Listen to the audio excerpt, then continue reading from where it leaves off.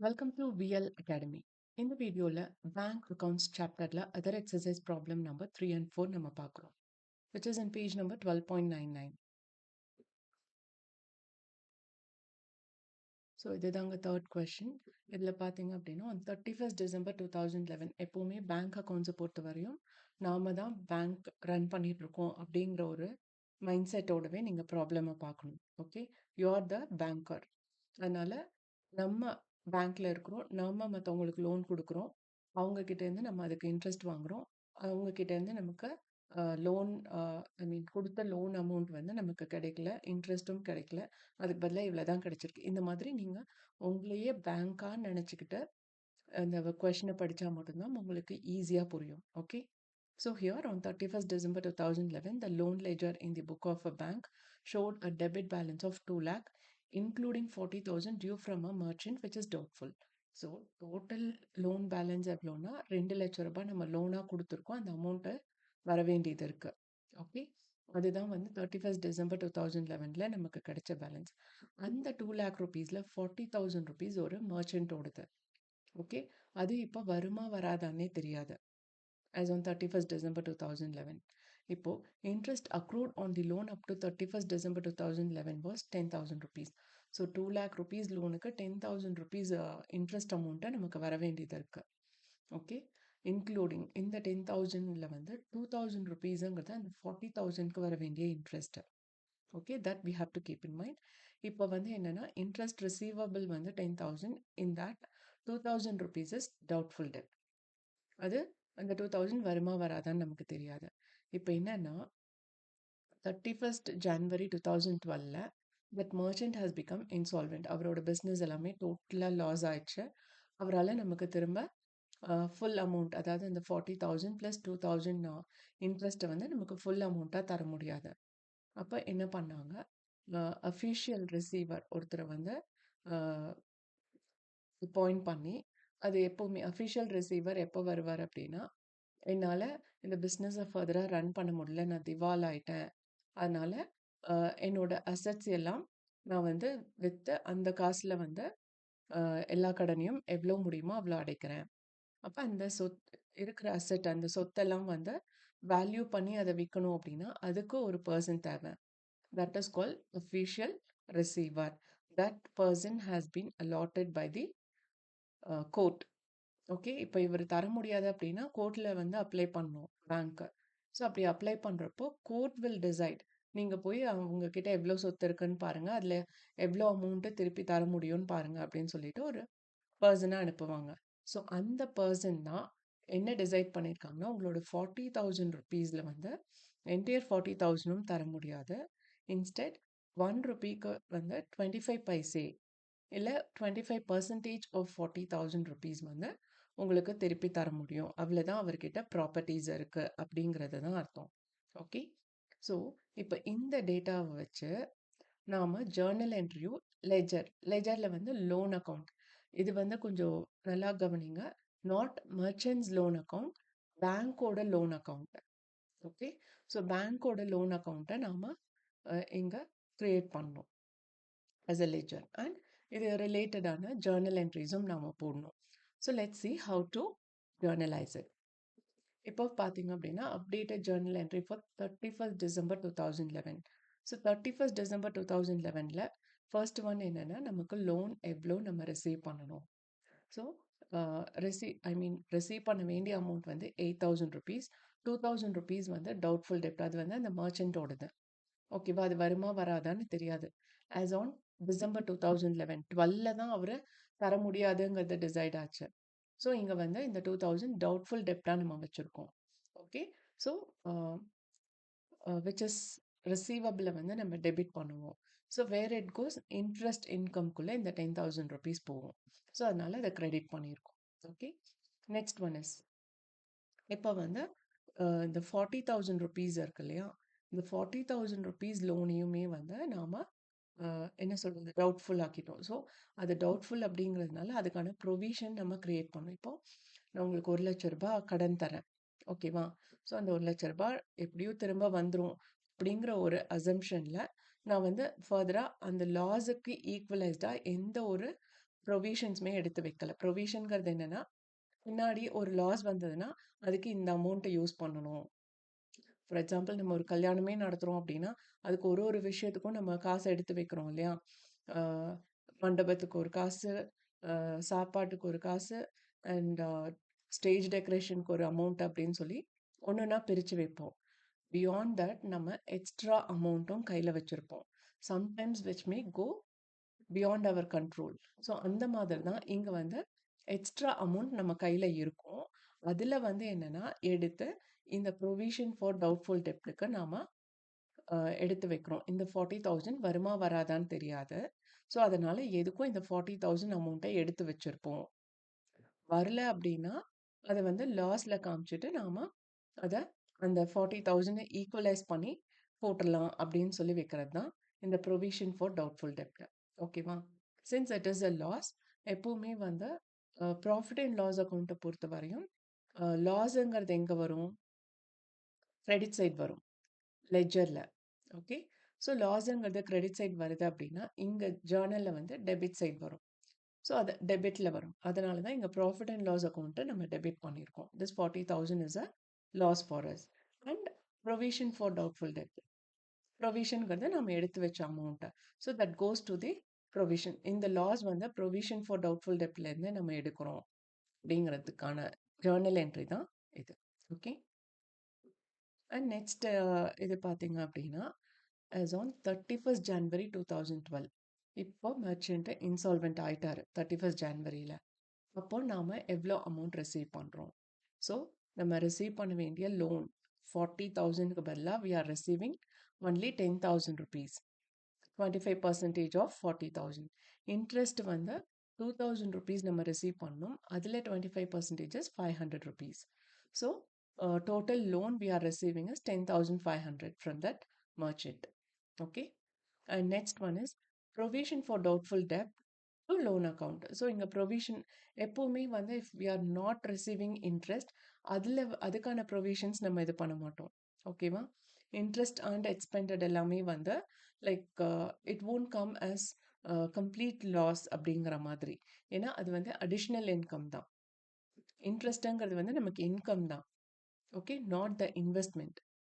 நான் வந்து ஒரு பொருளை தயாரிக்கிறதுக்கு வந்து ஒரு 100 ருபீஸ் ஸ்பெண்ட் பண்ணுறேன் அப்படின்னா, அதை வந்து நான் 100 ருபீஸ்க்கே கொடுத்தேன் அப்படின்னா, I don't have profit or loss. Okay. But அதே ஒரு பொருள் 100 ருபீஸை வந்து நான் 90 ருபீஸ்க்கு வைக்கிறேன் அப்படின்னா 10 ருபீஸ் லாஸ் ஃபார் மீ. ஓகேவா?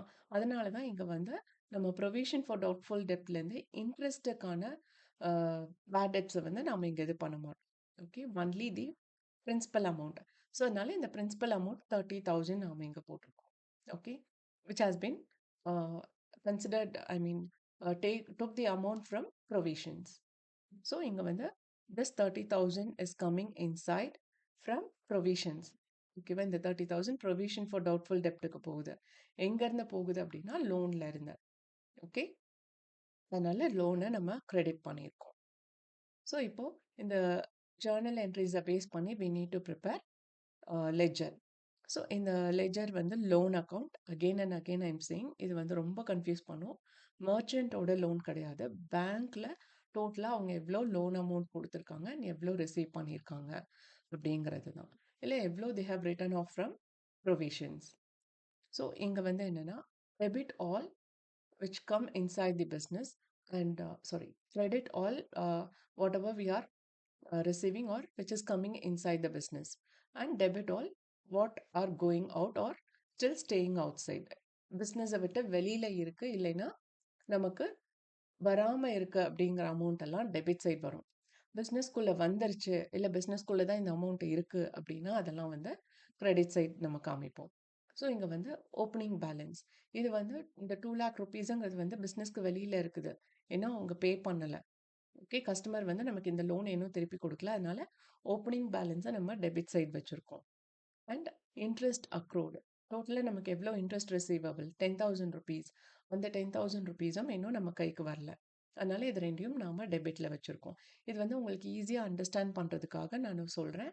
பட் நீங்கள் வந்து ஜர்னல் என்ட்ரியை பார்த்து அதை பேஸ் பண்ணியும் நீங்கள் லெட்ஜர் கிரியேட் பண்ணலாம். At the stage you are studying corporate accounting.